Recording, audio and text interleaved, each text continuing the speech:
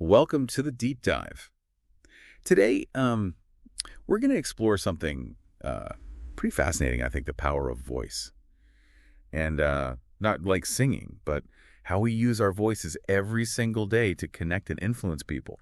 We're diving into a really cool interview on the Diary of a CEO YouTube channel featuring Vinh Giang. He's this award-winning speaker and communication expert, and he had some really mind-blowing stuff to say. Yeah, it's interesting how we focus so much on our clothes, hair, that visual image we present, Right. but we often forget about our vocal image. Oh, yeah, for sure. I've definitely been surprised. Like when you meet somebody for the first time and you have a certain image in your head and then they start talking and you're like, whoa, that's not what I was expecting at all. Like there's this whole other dimension to them. Absolutely. It's like this hidden layer of communication that we often underestimate. And Vijay really drives home this point that the moment you speak, people are forming impressions. There's actual research that shows that our vocal qualities, like the tone, pitch, and pace, they play a huge role in how trustworthy and competent we seem to others. So it's not just what you say, but how you say it. Exactly. It's wild, right?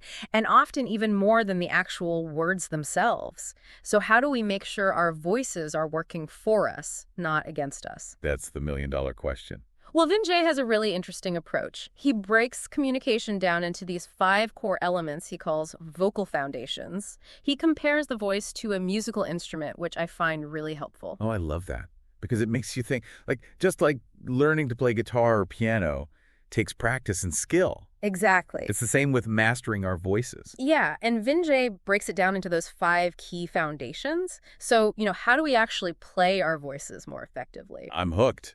Tell me everything. Okay, so he starts with melody, which is basically the variations in our pitch.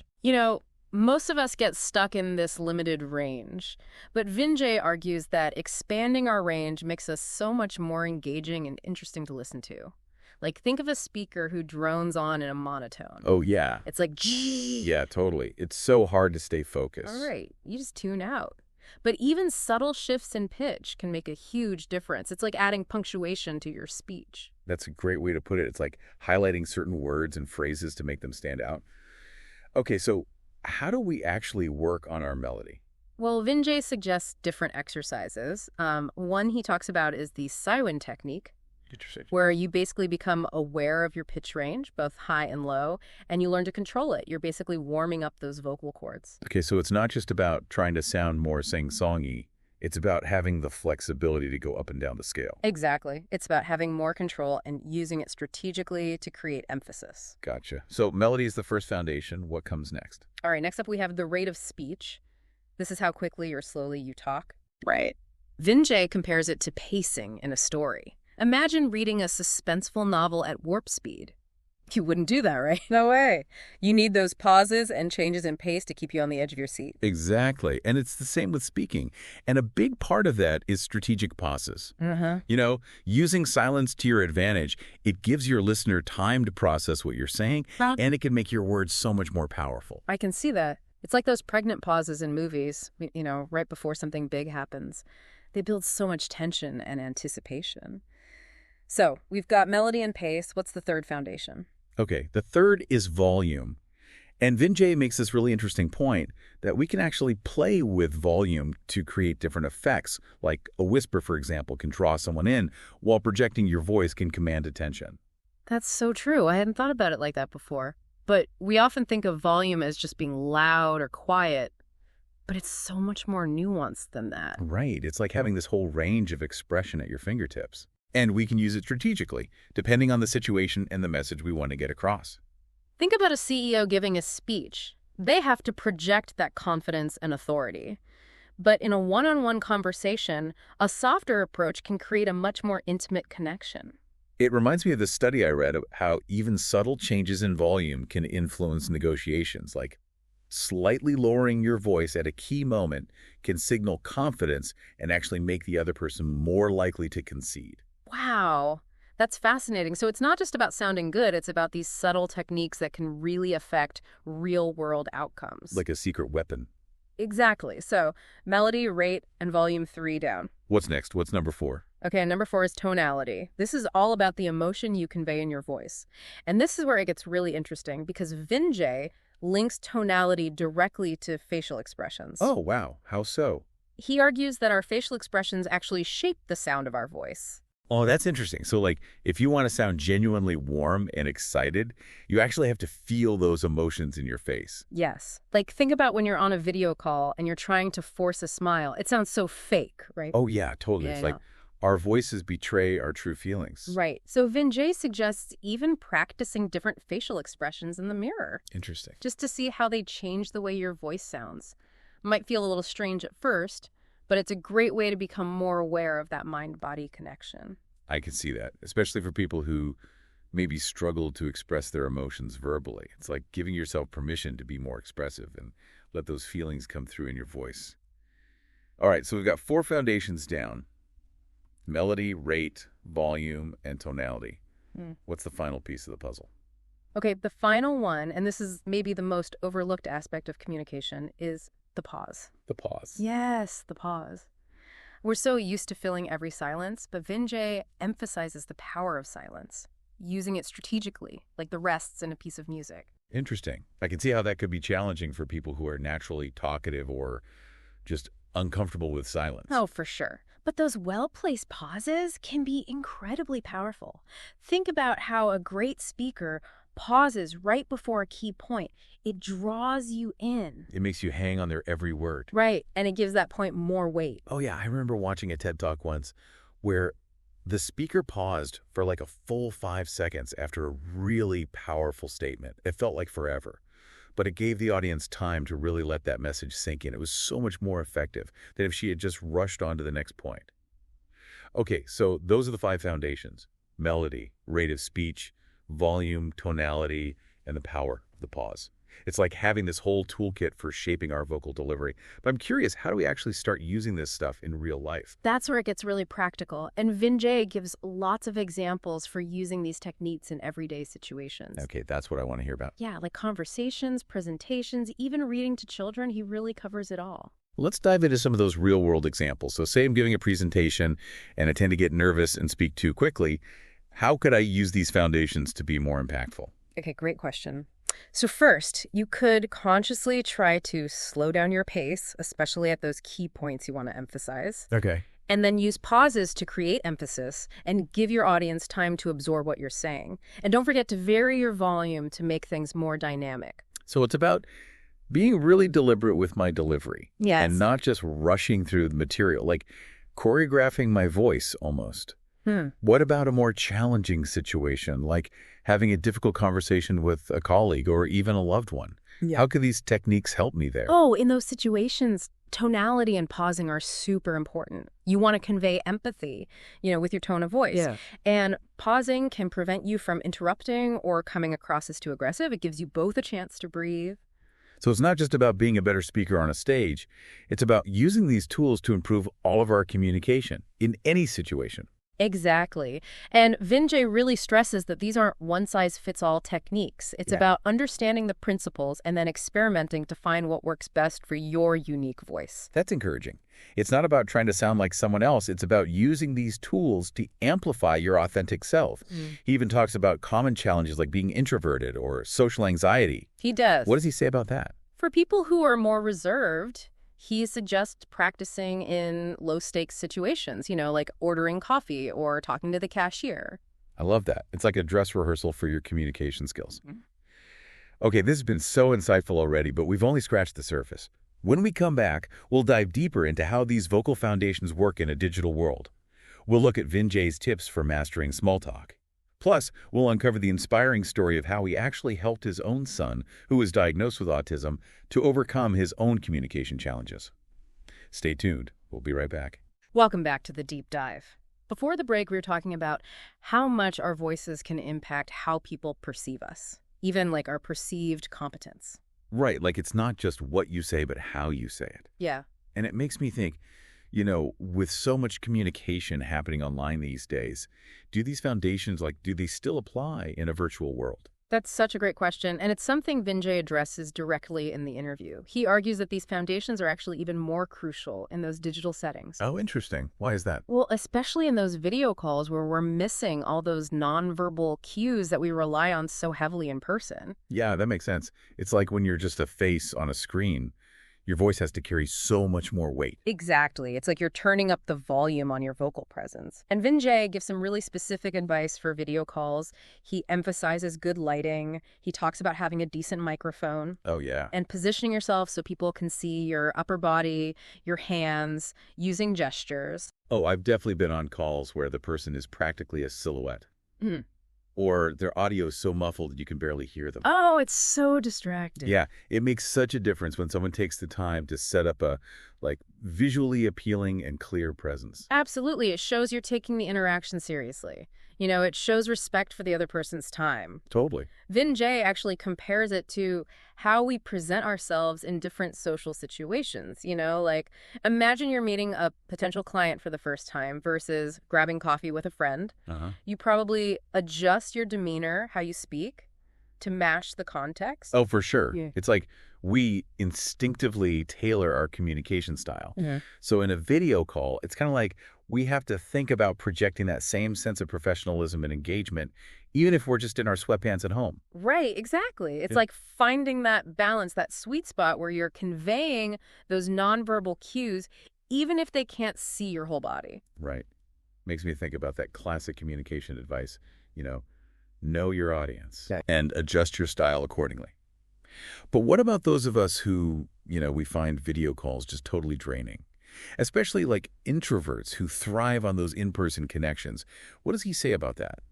Well, Vinh acknowledges that back-to-back virtual meetings can be exhausting Yeah. for anyone, and he offers some energy management tips. Okay. He suggests, scheduling breaks between calls to recharge, Uh-huh. minimizing distractions during the call itself. It's about treating your energy like a valuable resource and being mindful of how you're spending it. That's a great point. I know I've definitely been guilty of, scheduling meetings back to back and then just feeling completely fried by the end of the day. Oh, yeah, it's so easy to do.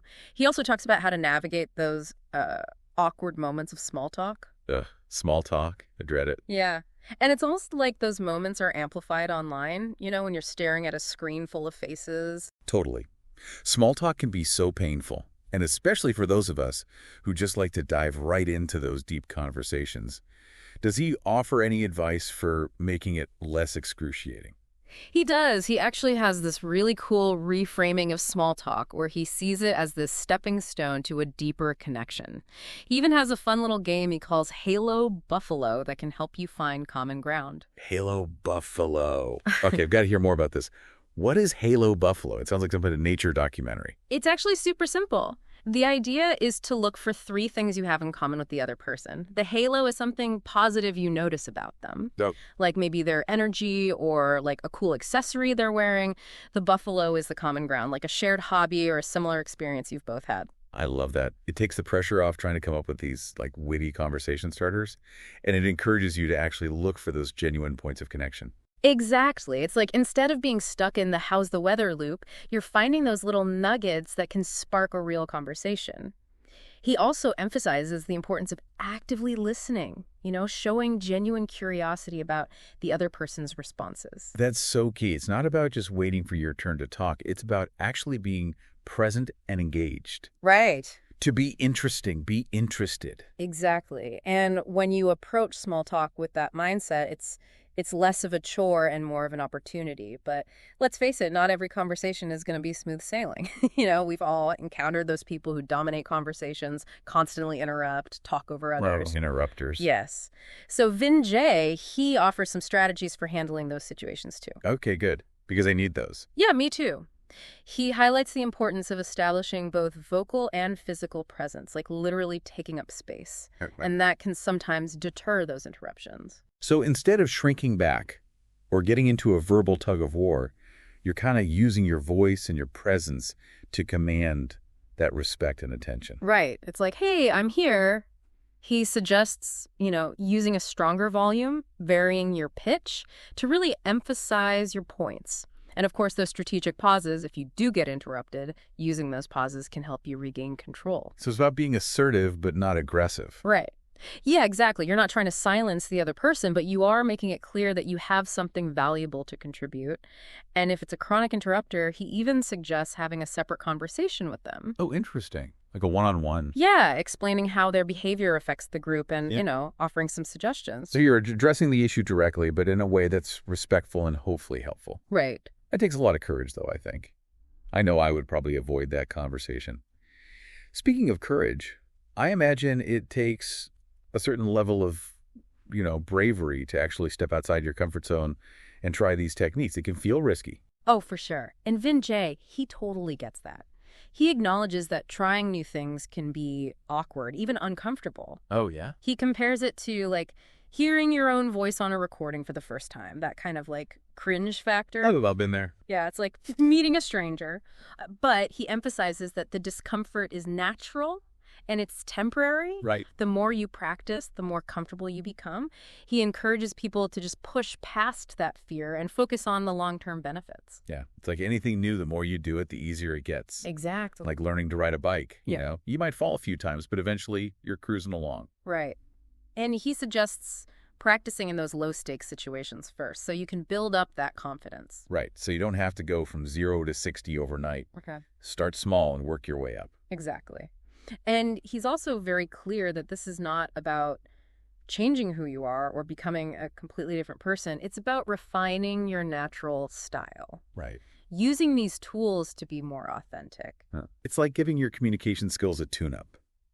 This has been so insightful. Vinjay's approach is so practical. And, we haven't even gotten to the personal stuff yet. Yeah. He mentioned his son, Xander, was a big inspiration for his work. He did. And he shares this really touching story about Xander, who was diagnosed with autism at a young age Oh, wow. and faced, some significant challenges with communication and social interaction. I'm really eager to hear this part of the interview. It's always so inspiring to hear those stories of overcoming challenges, especially when it comes to communication, which can be so personal. Yeah, it's a really powerful story. So Vinh talks about how he and his wife used this process of gradual desensitization to help Xander build his confidence. Okay.